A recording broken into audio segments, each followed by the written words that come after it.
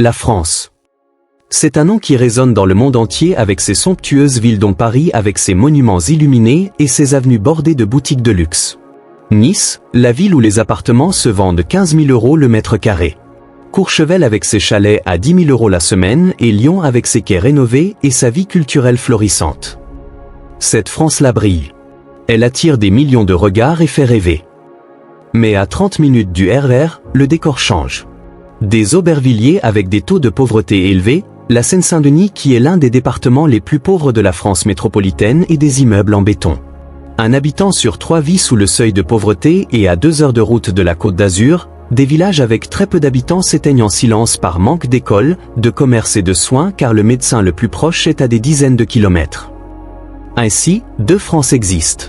2 réalités qui coexistent sur le même territoire, sous le même drapeau, mais séparées par un fossé que peu osent regarder en face. Aujourd'hui, nous traversons ce pays aux 1000 visages. Des grandes villes urbaines aux quartiers oubliés, des stations de ski aux villages abandonnés.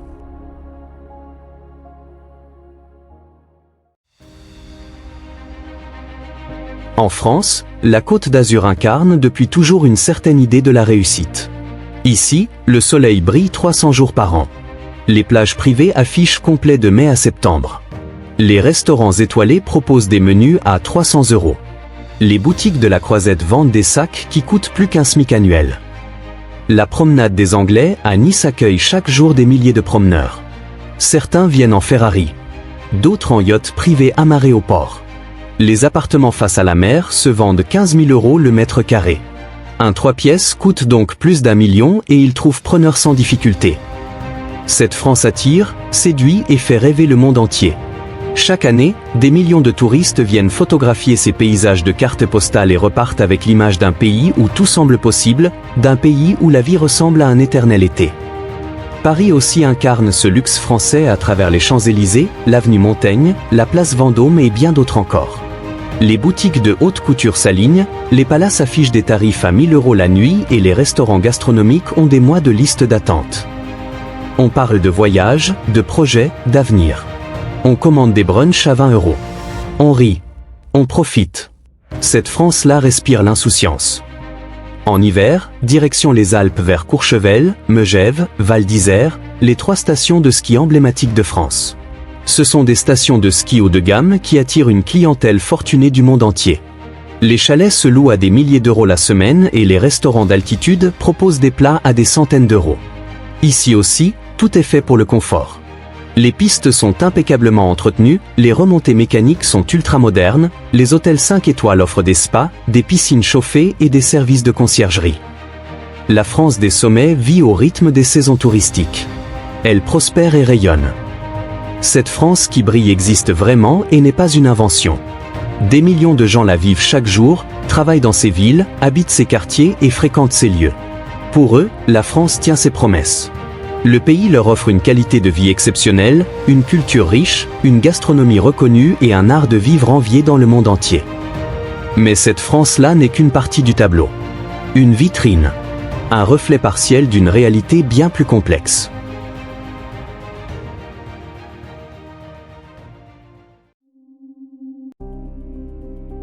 À 30 minutes du RER, qui est un réseau de trains qui relie les banlieues à Paris, une autre réalité existe. Direction la Seine-Saint-Denis. Ici, le décor change radicalement. Les immeubles en béton remplacent les façades haussmanniennes. Les rues sont plus larges, mais moins entretenues. Les commerces sont rares. Beaucoup ont baissé leurs rideaux définitivement. Dans certains quartiers, plus d'1 habitant sur 3 vit sous le seuil de pauvreté, les écoles manquent de moyens, les classes sont surchargées, les bâtiments tombent en ruine et les enseignants sont changés chaque année, épuisés par les conditions de travail. Ici, trouver un emploi stable relève du parcours du combattant. Les jeunes envoient des dizaines de CV sans réponse. Certains ont un diplôme, parfois 2, mais leur adresse suffit à rejeter leur demande. La Seine-Saint-Denis traîne une réputation que personne ne prend la peine de vérifier. Les transports sont saturés. Le RER tombe en panne régulièrement. Pour aller travailler à Paris, il faut parfois des heures. Des heures matin et soir. Près de 4 heures par jour dans les transports pour gagner quelques milliers voire centaines d'euros par mois. Le nord de la France porte encore les cicatrices de la désindustrialisation. Ces villes vivaient du charbon, de l'acier, du textile. Elles faisaient battre le cœur industriel du pays. Lorsque vous quittez les villes et prenez les routes départementales qui serpentent entre les champs, vous découvrirez une autre France. Celle des villages, des hameaux, des fermes isolées. Une France qui se vide lentement. Dans certaines régions, les écoles ferment faute d'élèves. Les bureaux de poste disparaissent, les médecins partent à la retraite sans être remplacés. Pour voir un généraliste, il faut parfois rouler 40 km et attendre 3 semaines pour un rendez-vous. Les commerces de proximité n'existent plus, le boulanger a fermé, l'épicerie également. Pour faire ses courses, il faut aller en ville, à 20 voire 30 km et si vous n'avez pas de moyens de déplacement, c'est un problème. Les agriculteurs vieillissent. La moitié a dépassé 50 ans et beaucoup n'ont pas de successeurs car leurs enfants sont partis étudier en ville et ne reviendront pas. Les fermes familiales disparaissent les unes après les autres, avalées par des exploitations industrielles ou laissées à l'abandon. Cette France rurale ne fait pas la une des journaux. Elle s'éteint en silence loin des caméras, loin des débats politiques, loin de tout.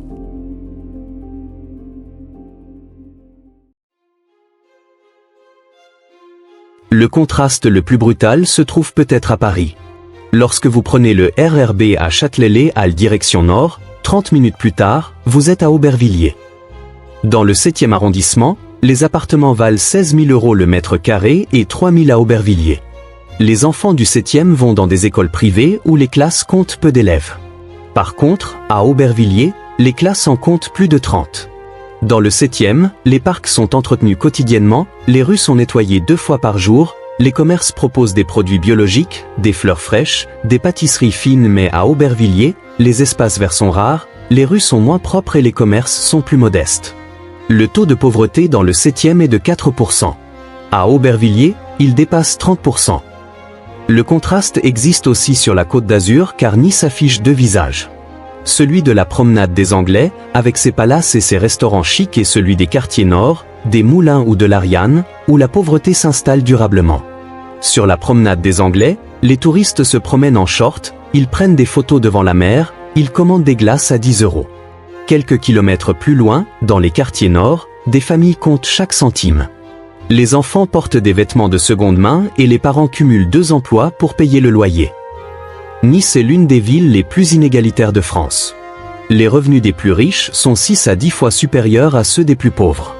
Pourtant, ils sont dans le même pays, dans la même ville et sous le même soleil. À Lyon, il existe aussi des contrastes mais qui sont très discrets.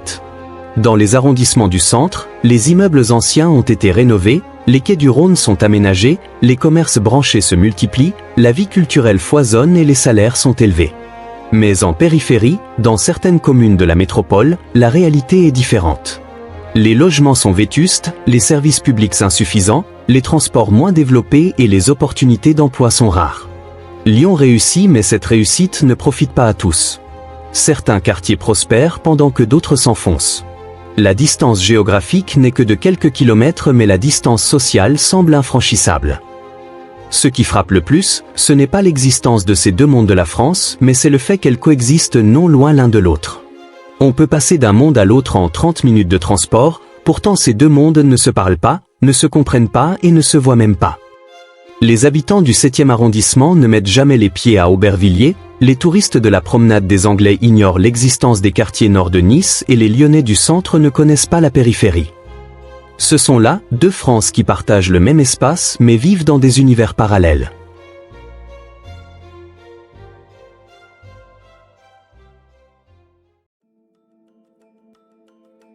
Mais au milieu de ces fractures, quelque chose résiste. Quelque chose d'invisible dans les statistiques, quelque chose de profondément humain, la solidarité. Dans les quartiers populaires, des associations maintiennent le lien.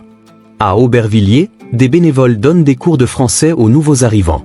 À Roubaix, d'anciens ouvriers réparent gratuitement les vélos des enfants. À Nice, dans les quartiers nord, des mères de famille organisent des goûters collectifs pour que les enfants mangent au moins un repas équilibré par jour. Ces gestes sont discrets, ils ne font pas les journaux de 20 heures. Personne ne les filme, personne ne les applaudit mais ils maintiennent le tissu social. Ils empêchent que tout se déchire complètement. Dans les campagnes aussi, un mouvement contraire commence à émerger. Des jeunes reviennent. Ils quittent les villes surpeuplées pour reprendre les fermes abandonnées. Il lance des projets de permaculture, ouvre des gîtes écologiques et crée des microbrasseries artisanales. Ce retour à la terre n'est pas massif, mais il existe. Ces nouveaux ruraux réinventent un mode de vie. Ils prouvent qu'on peut vivre autrement, plus lentement, plus sobrement et plus dignement aussi. Dans certains villages, des habitants rachètent le dernier commerce pour le transformer en épicerie coopérative.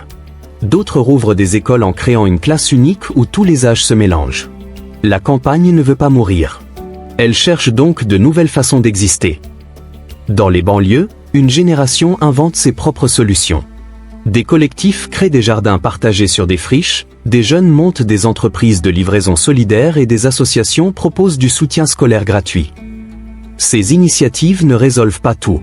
Elles ne remplacent pas les politiques publiques, mais elles prouvent que l'énergie est là. Que la créativité existe et que la volonté de s'en sortir ensemble n'a pas disparu.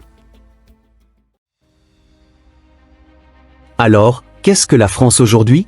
C'est difficile à résumer en une image parce qu'il n'y a pas qu'une France. Il y en a plusieurs. Celle des cartes postales et celle des quartiers oubliés.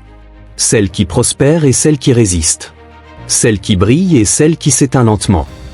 Ces Frances coexistent sur le même territoire, sous le même drapeau avec les mêmes citoyens, mais elles ne vivent pas la même réalité. Elles n'ont pas les mêmes chances et elles ne rêvent pas des mêmes choses. Ce documentaire ne cherche pas à accuser, ni à diviser. Il montre juste ce que beaucoup ignorent et ce que d'autres préfèrent ignorer. Il montre que derrière les façades, il y a des vies, des efforts, des dignités, que la France ne se résume pas qu'aux Champs-Élysées et à la Tour Eiffel, qu'elle est aussi faite de ces villages qui s'éteignent, de ces banlieues qui tiennent et de ces solidarités qui persistent. La vraie richesse d'un pays ne se mesure pas à ses monuments ou à ses marques de luxe, mais à sa capacité à voir tous ses visages, à entendre toutes ses voix, à ne laisser personne sur le bord du chemin. La prochaine fois que vous traverserez la France, prenez le temps de sortir des autoroutes, d'entrer dans les villages, de vous arrêter dans les quartiers que les guides touristiques ne mentionnent pas et vous découvrirez un pays bien plus complexe et bien plus riche que celui des images d'Épinal. Tout simplement parce que la vraie France, celle qui résiste et qui invente, celle qui souffre mais qui tient, celle-là mérite qu'on la regarde. Si ce documentaire vous a touché, s'il vous a apporté une certaine valeur, alors partagez-le. Faites-le connaître parce que tant qu'on ne regarde qu'un seul visage de la France, on ne comprendra jamais réellement ce pays. Abonnez-vous à l'envers du monde parce que nous nous efforçons de vous montrer que la vérité ne se trouve pas toujours là où elle est proclamée. Un dernier mot pour la route. Au moment où je vous parle, nous sommes à plus de 500 sur cette chaîne. 500 personnes qui ont choisi de regarder autrement.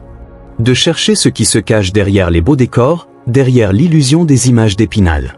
Je sais que très bientôt, grâce à vous, on franchira la barre des 1000 abonnés, alors merci. Merci à vous qui aviez été là depuis le début et à vous qui nous rejoignez. Rejoignez-nous car ici, sur l'envers du monde, il reste plusieurs vérités à découvrir et à comprendre.